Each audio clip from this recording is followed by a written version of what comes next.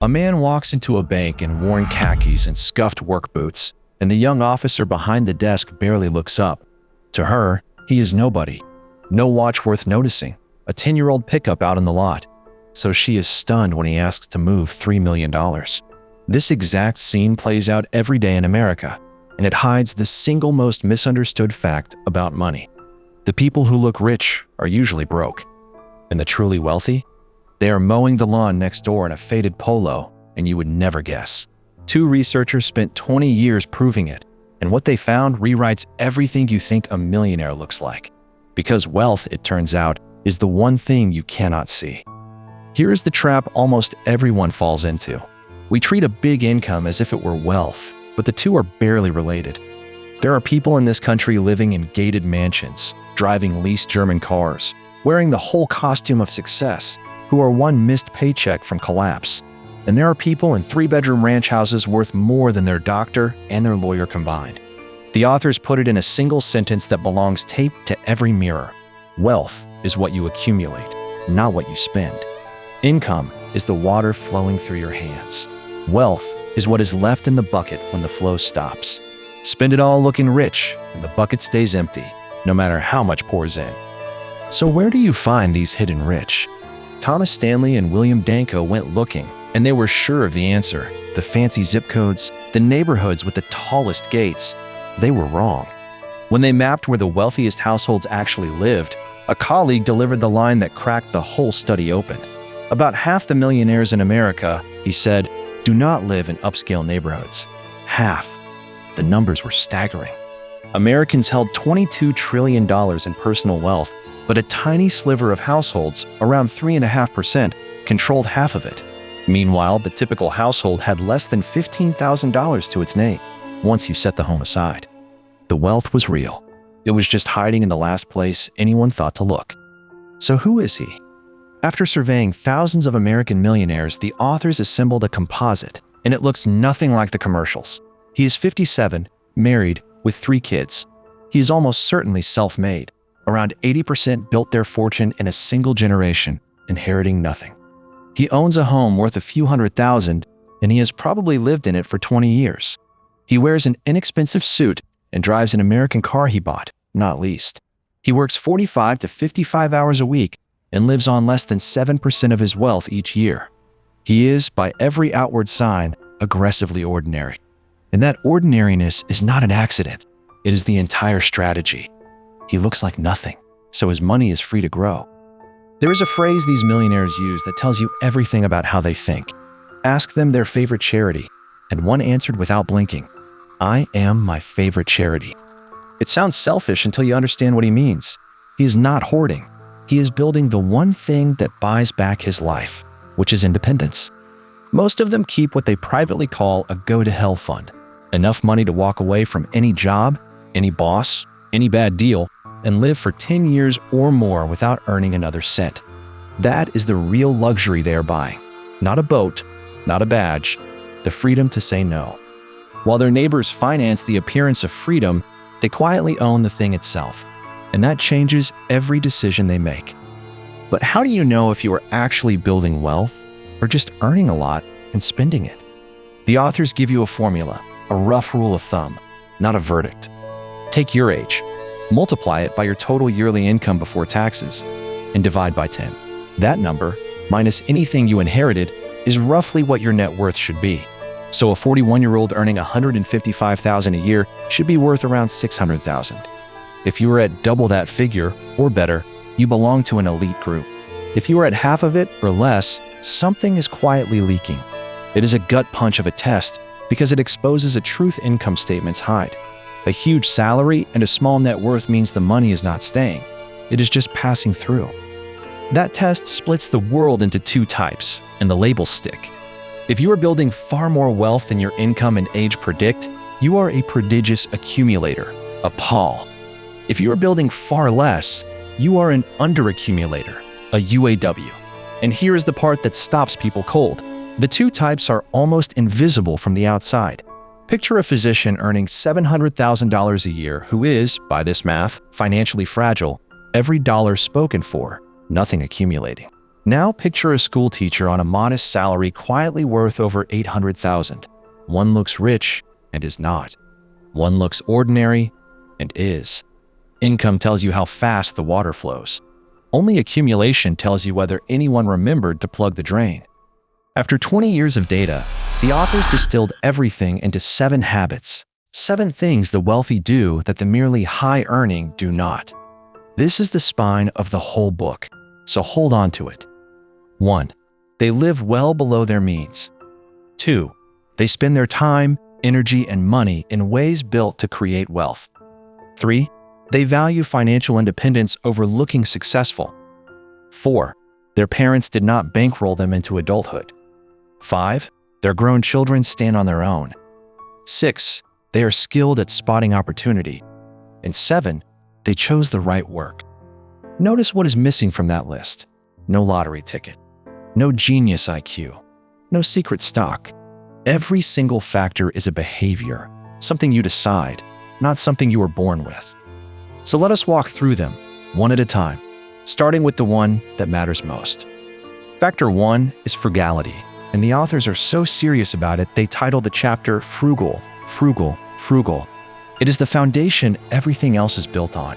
To make the point, they tell of a DK millionaire invited to a fancy reception, offered imported caviar and a long wine list, who cheerfully waved it all away. His taste in drink, he announced, ran to 2 kinds of beer, free and Budweiser. This is a man who could buy the vineyard. He orders the free beer. That is not deprivation. To him, it is just sanity. Being frugal, the authors write, is the cornerstone of wealth building. And its opposite, spending to signal status, is the quiet killer. The wealthy are not cheap. They are simply immune to the pressure that empties everyone else's bucket. How deep does that frugality run? Consider the suit. The typical millionaire in the study said he had never, in his entire life, spent more than $399 on one. Half paid less than that. 1 in 4 never went above $285. These are people worth millions, dressing like your accountant. Now, flip it around. The authors point to the high-earning athlete pulling in $5 million a year who somehow is not wealthy because a man earning that much over those years should be worth $15 million and often is not. The suit and the salary teach the same lesson in opposite directions. It was never about how much comes in. It is about how much you refuse to let back out.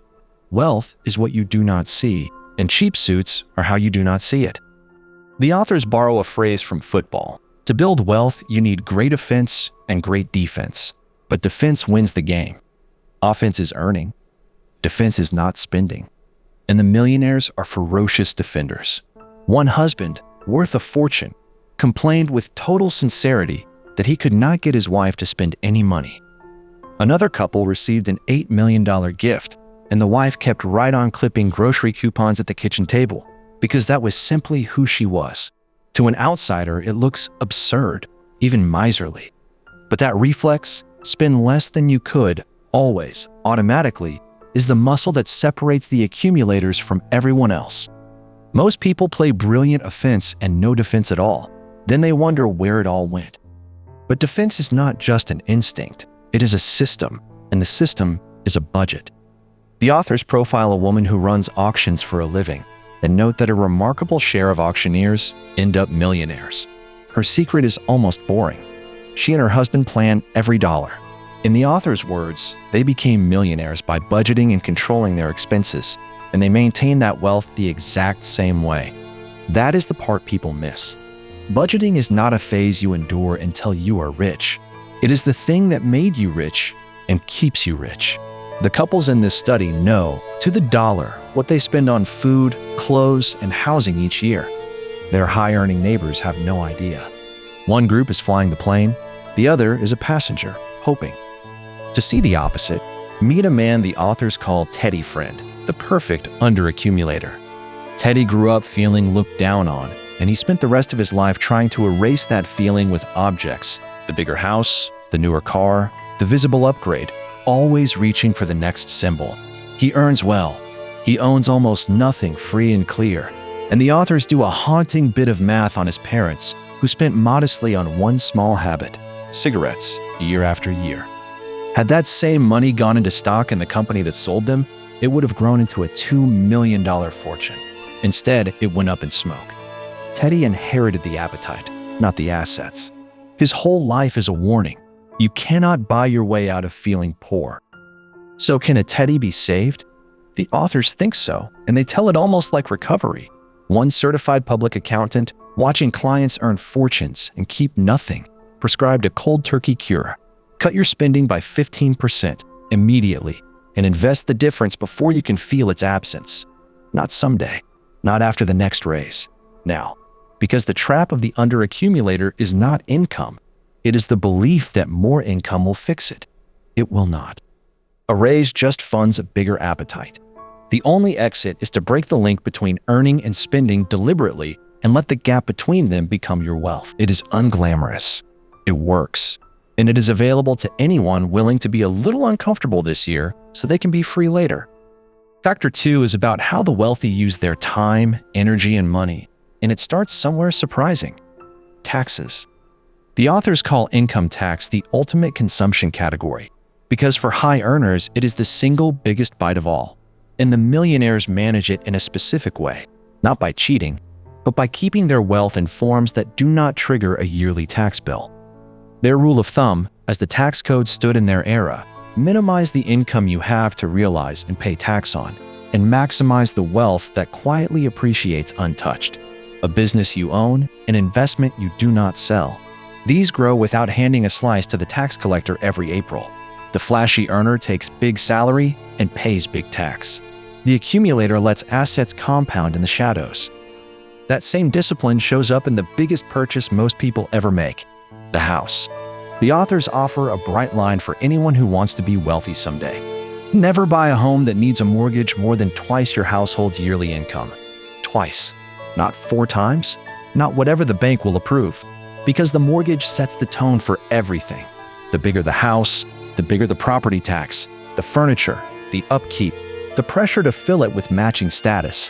One accumulator even skipped a lucrative job move because it meant living among people he would have felt obligated to keep up with. The house you buy is not just shelter. It is a decision about which race you will spend the next 30 years running and whether you can ever afford to stop. Nowhere is factor 2 clearer than in 2 doctors the authors nickname North and South. Both earn over $700,000 a year. On paper, twins. In reality, opposites. Dr. South spends his money the moment it lands and worries constantly about the market, about the future, about running out. Dr. North spends a fraction of what he earns, invests the rest on a plan, and sleeps fine. Same income, same profession. One is wealthy and calm. The other is fragile and afraid. The difference is not what they make. It is what they do with the hours and dollars after the paycheck clears. South lets money happen to him. North allocates it on purpose. And that word, purpose, is the whole of factor 2. Wealth is built in the choices no one sees you make. Here the authors drop one of their most misread findings, so listen carefully. Among high earners, more education often lines up with less wealth. The instinct is to hear do not go to college, but that is not what they are saying, and they explicitly warn against it. The pattern is about lifestyle, not schooling. The heavily credentialed professional starts earning later, carries an image to maintain, and lives up to the title. A plastic surgeon in the book shrugs off his own frugal habits with a line worth keeping. Money, he says, is the most easily renewable resource, so why chase status with it? The lesson is not to skip the degree. It is that a diploma is not a wealth plan, and a big title is not a bank balance. Plenty of quiet accumulators never need it either. So what does building wealth on purpose actually look like, hour to hour? For Dr. North, it means treating his own finances like a business that deserves a plan. He steers roughly 40% of his pre-tax income away from spending and toward investment, and he sits down to manage it the way a company manages a budget. The authors point to a whole service built around this, helping high earners simply decide in advance where every dollar goes. It sounds tedious. It is tedious. That is the point. The accumulators have made peace with a boring truth that wealth is a series of small, unexciting decisions repeated for decades. There is no single move that does it. There is a habit that does it, and the habit is planning the money before the money can plan you. The authors love to catch this difference in the wild, at the car lot. Dr. South spends nearly 60 hours hunting down the perfect new Porsche, the test drives, the negotiations, the whole performance, chasing what the authors call the pride of new car ownership. Dr. North, meanwhile, buys a used Mercedes with almost no drama and asks a devastating question. Is that pride, and it is only pride, worth $20,000? His answer is no. And there it is, the entire philosophy in one purchase. A car loses a fortune the moment it leaves the lot, and the accumulator refuses to pay that toll for a feeling. The status seeker pays it again and again, every few years, and calls it a reward. One of them is buying transportation. The other is renting applause. How much time does all this planning actually take? Less than you would fear. The authors measured it. Prodigious accumulators spend around 8 hours a month thinking about and planning their finances, roughly 1% of their waking life. The underaccumulators spend about half that, and it costs them dearly. And when it comes to investing, the accumulators are almost eerily calm. In a given year, a striking share of them made no trades at all. None. They buy quality, and they wait. While the anxious investor churns his account chasing the next move, the accumulator lets time and compounding do the heavy lifting. Patience, it turns out, is not a personality trait. It is a strategy, and one of the cheapest, most powerful ones available. Doing nothing on purpose is doing something. When accumulators do bring in help, they hire it the way they would hire an employee, with suspicion and standards. The authors tell of a multi-millionaire, call him Martin, who will not take investment advice from a broker until the broker hands over his own tax returns. His logic is brutal and fair. Why would I trust you to build my wealth if you have not built your own? These are people who treat every advisor, accountant, and lawyer as a supplier to be vetted, not an authority to be obeyed. They ask hard questions. They check the answers. Contrast that with the earner who signs whatever the man in the nice office slides across the desk. The wealthy stay wealthy partly because they never outsource the one job that matters most, caring relentlessly about their own money. Factor 3 is the belief underneath all the others. Financial independence matters more than looking successful. The author's patron saint of this idea is a man named Alan, worth so much he is off the top of their charts, a super accumulator. A luxury dealer once offered to gift him a Rolls Royce. Alan turned it down, a free Rolls. He did not want it because he understood something most people never grasp. The things you own to signal status end up owning you back. A Rolls demands a certain house, a certain circle, a certain life. Alan's line is the whole factor in a sentence. If your goal is to become financially secure, you will probably get there.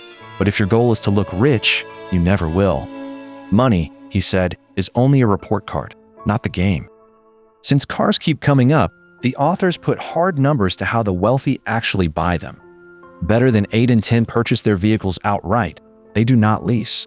The typical millionaire paid around $24,000 for his most recent car, and most have never in their lives spent more than $29,000. They're not buying the newest model. Only a minority drive the current year, and their favorite brand is not a status mark at all. It is Ford. In fact, the authors find that most buyers of foreign luxury cars are not millionaires.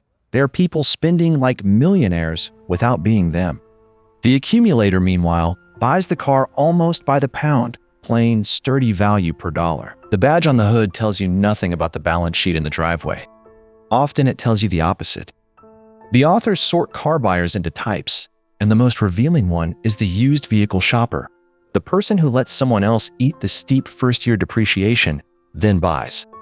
These shoppers turn out to be, on average, the most frugal and the wealthiest of all.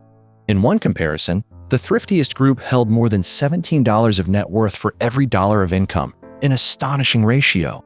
And it points to the line that may be the book's beating heart. In America, it is much easier to earn a lot than to accumulate wealth. Read that again. Earning is the easy part. Keeping is the discipline almost no one practices. A big income opens the door. But whether you walk through it or spend your whole life in the doorway, that is entirely up to what you do next. The author himself once sold a used car, and what he heard from the shoppers who came to look stuck with him. These were frugal, wealthy people. inspecting his Acura the way they would inspect any purchase, carefully, unsentimentally. One of them, sizing up a flashier car nearby, asked the question that could be the motto of every accumulator in the book. Do you know how much cotton you would have to grow to make those payments? That is how they think. Not can I afford the monthly, but what does this actually cost me, measured in the sweat it takes to earn it? A luxury car is not a price tag to them. It is a field of cotton, planted and picked for a depreciating machine. Frame every purchase that way, and most of them simply stop making sense. To feel the contrast at ground level, picture a quiet college professor the authors call Dr. Bill. He drives modest used cars, spends carefully and steadily, builds real wealth on a salary that would make his neighbors laugh. Two of those neighbors earn far more than he does and own the shiny new cars to prove it. But here is the twist the authors savor. Every time one of them buys a new car and takes the depreciation hit, they are effectively subsidizing Dr. Bill, who buys their barely used trade-ins for a fraction of the price. The man who looks least successful on the street is quietly harvesting the waste of the men who look most successful. That is the whole neighborhood in miniature, and once you see it, you cannot unsee it on your own street. Factor 4 is where the book turns from your habits to your family, and it stings. The wealthy, the authors found, generally did not receive what they name economic outpatient care, the steady stream of cash and gifts some parents send their grown children. Meet Lamar and Mary, lifelong recipients of it. Every few years, Lamar's mother gifts them stock. Every few years, they sell that stock to buy new cars. The gift never becomes wealth. It becomes consumption on repeat. And they are not rare. More than 46% of affluent parents hand their adult kids $15,000 or more a year. It feels like love. It looks like generosity. But the authors are about to show you that this money, given with the best intentions, quietly does the opposite of what every parent hopes. Why does the help backfire? The authors put it plainly. It is far easier to spend other people's money than the dollars you earned yourself. Money you sweated for has weight. Money that simply arrives has none. So the grown child spends the gift lightly, adjusts his lifestyle upward to match it, and comes to depend on the next one. The parents think they're handing over a fish. What they are really doing is guaranteeing their child never learns to fish. And the cruelest part is that it is invisible in the moment. Everyone feels good. The check clears. The car is nice. The damage only shows up decades later in a 50-year-old who still cannot stand on his own. The authors are not against helping kids. They are against a specific kind of help that weakens the person it is meant to lift. Then the authors deliver the finding that gives the whole chapter its spine, and it holds up across occupation after occupation. The more dollars adult children receive from their parents, the fewer dollars they accumulate on their own, and those who receive less accumulate more. It is not a tendency. It is nearly a law. When they compared gift receivers to non-receivers across 10 professions, the receivers came out poorer in 8 of them. Accountants, attorneys, executives, engineers, on down the line. The gift did not launch these children. It anchored them. There were exceptions, and they are telling, the children of teachers and professors, but we will come back to why. For now, sit with the uncomfortable core of it, that in the great majority of cases, the money meant to secure a child's future is exactly what erodes it. How does a gift do that much damage? The authors trace 4 mechanisms. First, receiving cash triggers spending, not saving. Hand someone money for a rug, and they will furnish the whole house to match it. Second, what they call the montage effect. Children who grow up subsidized cannot tell their own wealth from their parents, so they treat family money as income to be spent. Third, they lean harder on credit, assuming a safety net will always appear. And fourth, they invest less, because why build a nest egg someone keeps refilling? Now, the exception, teachers and professors. Their children actually did better with help, and the authors suspect it is because those households paired any gift with relentless lessons in discipline and thrift. The gift was not the message. The values were. Money without values corrodes. Money with them can build. 2 men make the whole idea concrete. Henry is a school teacher. Josh is an attorney who earns far more. By every assumption, Josh should be the wealthier man. He is not. Henry, on his modest teacher's salary, has quietly accumulated over $800,000. Josh, with all his income, sits well below that. The difference traces straight back to a single sentence Henry lives by, one the authors hold up as the closest thing to a universal rule in the book. Whatever your income, always live below your means. Always. Not when it is convenient. Not after the big case pays off. Always. Josh lives at the very edge of a large income and accumulates nothing. Henry lives beneath a small one and accumulates a fortune. Same country, same decades, and a large salary that simply vanished into thin air. The authors push the idea one step darker into what they call economic inpatient care. When the support is so total, the adult child never really leaves the ward. They profile a woman, subsidized for years by her parents into playing entrepreneur, whose business runs on a drip of family money. When they measure her fears, she carries a dozen of them, of the market, of failure, of running out. Then they interview genuinely self-made business owners, people who built it without a net. Those owners carry about 3 fears. 3. The lesson is counterintuitive and hard.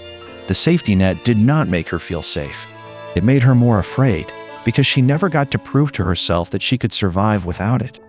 Courage, it turns out, is something you can only earn, never receive. And what does the opposite look like? A life with no net at all. The authors celebrate it. They point to founders who started with nothing and built empires. The man who launched a copy shop giant, the pair behind a fast food dynasty. No family fortune underwrote them. The absence of a cushion was precisely what forced the leap. Then there is a woman named Laura, abandoned by her husband and left with nothing, who could have collapsed, and instead built herself into a real estate executive of the year. Her line lingers, "It is amazing what you can do when you set your mind to it." The authors are not romanticizing hardship. They're making a hard claim that courage requires risk, and risk requires having something real to lose. Take away the net, and some people finally learn to fly. Factor 5 flips the lens. The truly wealthy raise adult children who are economically self-sufficient, who do not need the gifts in the first place. But the authors devote a whole chapter to how families get this wrong, especially with daughters, in a section they wryly title Affirmative Action, Family Style. They find that homemaker daughters are the single group most likely to receive large inheritances and gifts, often handed over precisely because the parents do not quite trust the son-in-law and want their daughter to have money of her own. There is a hard statistic underneath it. More than 4 in 10 daughters will divorce at least once, so the parents build a private cushion. The intention is protective, but as we have seen, a cushion handed down instead of earned tends to soften the very person it is meant to shield. 2 sisters show the fork in the road. Anne refuses the family money. She calls it the dole and wants no part of it. She builds her own life, her own accounts, her own spine. Her sister Beth takes the help. Subsidized housing, $20,000 slipped to her every Christmas, a steady undercurrent of support. From the outside, Beth looks luckier, cushioned, comfortable, cared for. But watch the two over time. Anne grows into someone capable and independent, unafraid because she has already proven she can stand alone. Beth grows more dependent with every gift, more anxious, more certain she could not manage without the checks. Same parents, same starting line. One chose the harder road and got stronger. One chose the easier road and got smaller. The gift was never neutral. It was a current, pulling each of them somewhere.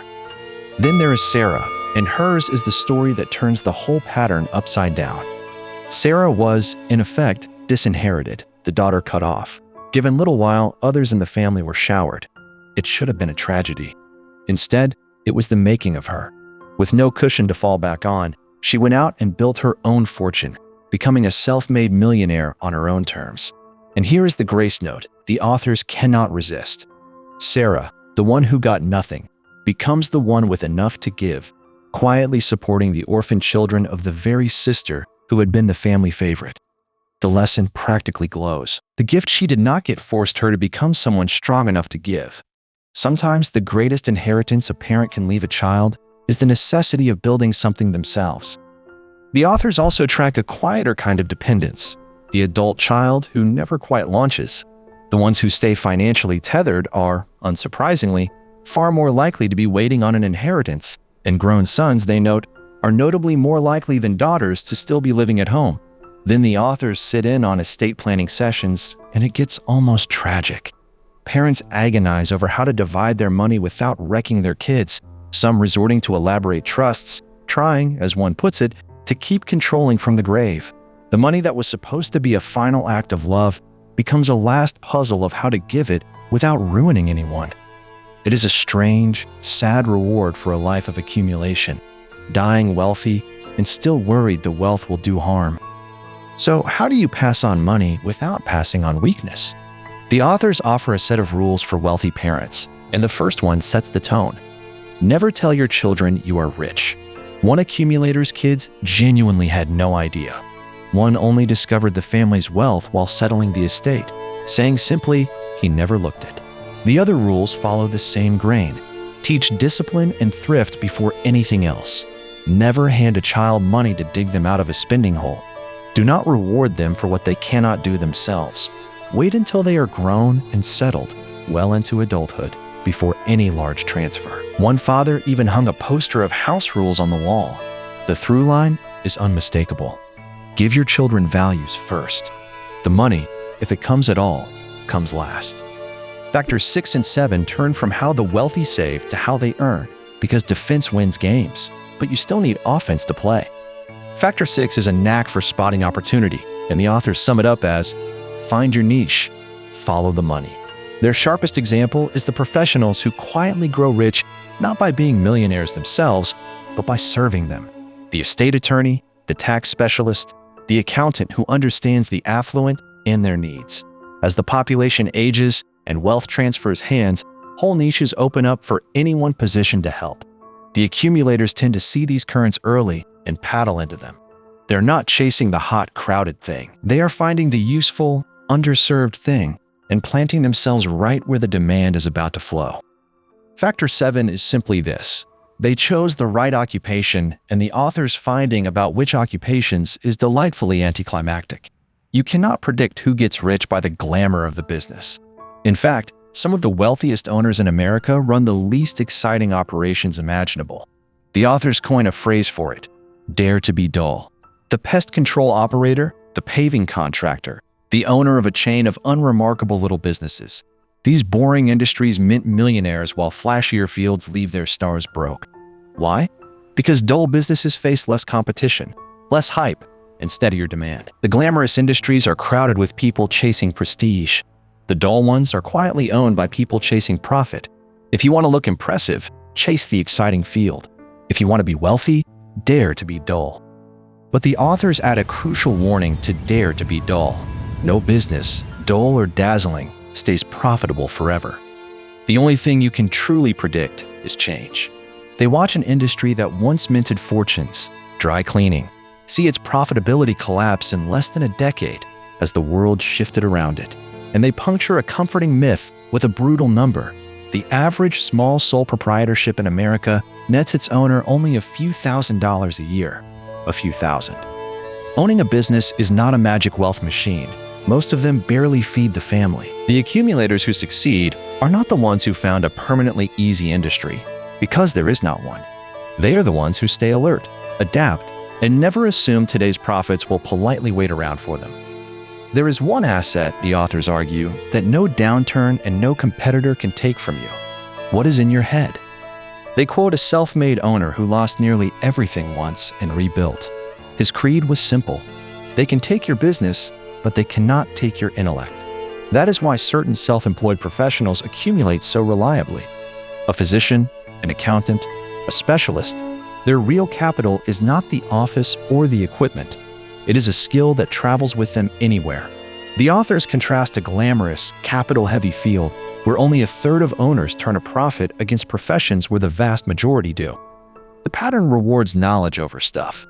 Build your wealth on assets that can be seized, and you are fragile. Build it on a skill no one can repossess, and you carry your fortune inside your own skull. The authors then reframe the very idea of risk, and it lands hard. Most people think the employee with a steady paycheck is playing it safe, and the business owner is the reckless one. The authors flip it. What is risk? They ask. Having one source of income.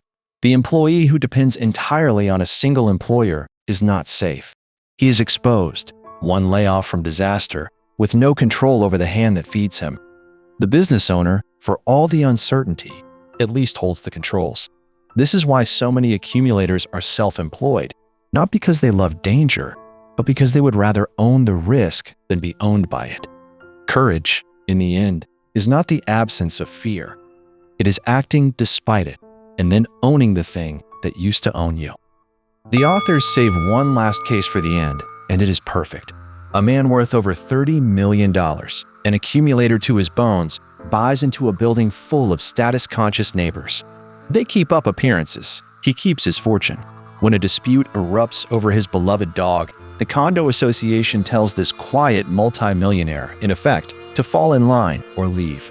So he does something only a truly free man can do. He keeps the dog and sells the units. He owns them, you see. The people performing wealth around him were mortgaged to the hilt to be there. He simply owned the place, kept his dog, and walked. That is what all 7 factors were building toward. Not a bigger pile of money, but the freedom to keep your dog and never ask permission. Before we close, one sobering pattern the authors keep returning to. This all gets inherited, not the money, but the mindset. The children of underaccumulators tend to become underaccumulators themselves. They absorb the appetite for status, the reflex to spend, the belief that looking successful is the same as being successful. It passes from parent to child as surely as an accent, which means the real question this book asks is not only what you will accumulate, it is what you will teach. Every frugal choice you make is also a lesson your kids are quietly memorizing. Every status purchase is too. You are not just building a net worth. You are building the next generation's assumptions about money, and those assumptions will either free your children or trap them long after you are gone. So step back and see the whole machine. 7 factors, and not one of them is about being born special, live below your means. Use your time and money to build, not to impress. Prize independence over appearances. Do not lean on your parents, and do not cripple your children with dependence. Find your niche and choose your work with care. Read them together, and a single truth emerges. Wealth is not something that happens to you. It is something you do, quietly, unglamorously, on purpose, for a very long time. The millionaire next door is not lucky, or gifted, or secretly cheating. He simply decided, decades ago, that being wealthy was worth more than looking wealthy, and then he lived every ordinary day as if he meant it. Now, the honest fine print, because this book is a study, not a scripture. The research was done in the 1990s, so the exact dollar figures, the tax details, and the specific projections are products of their time. Treat them as illustrations, not as current advice. The famous wealth equation is a rough gauge, not a law of nature. And the authors themselves are careful to say they're not your accountant or your investment advisor. Nothing here is a personalized plan for your money. What survives the decades is not the numbers. It is the behavior underneath them. Spend less than you earn, own your independence, and let time do the compounding. The specifics age, the discipline does not. So take the mindset as the gift and check the particulars against your own life and a professional you trust. Here is where it leaves you. The next time you see the flashy car, the enormous house, the whole glittering costume of success, pause and remember what you now know. That display might be wealth, or it might be a bucket with a hole in it, draining faster than anyone can see. And the genuinely rich person in the story? He is probably the unremarkable one you would never look at twice, the neighbor in the faded shirt, mowing his own lawn, quietly free. Because wealth was never the thing you could see. It is the thing you build in private, one boring, disciplined choice at a time, until one day you can keep your dog, sell the units, and walk. The millionaire next door could be anyone. The only real question left is whether it is going to be you.